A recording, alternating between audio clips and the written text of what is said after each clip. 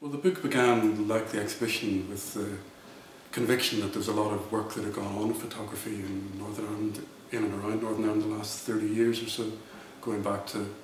even further than that, the beginning of the Troubles, and that really it was time to gather that work together to see what it looked like in one collective space.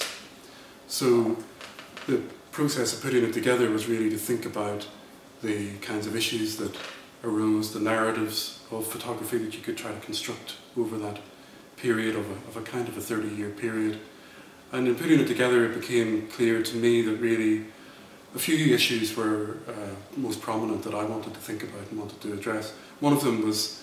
the standard notion that is around sometimes that art photography or gallery photography in Northern Ireland and about Northern Ireland came about because of a reaction to the Troubles, and particularly the way the Troubles was conveyed in the media and the press. And the book tries to suggest that that is partly true, but also that that kind of art photography comes about because of art photography itself, because of a global influence, because of things that were going on in photography, particularly in the 60s and the 70s and into the 80s, but also before that as well. And that what you see in the story of Northern Irish photography is a lot of diverse stories intersecting with each other, a lot of people being influenced by each other, but those influences being such that you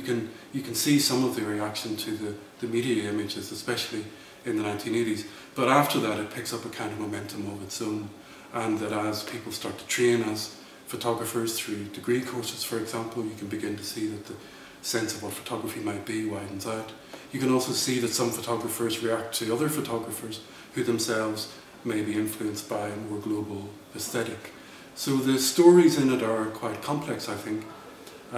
They retain a documentary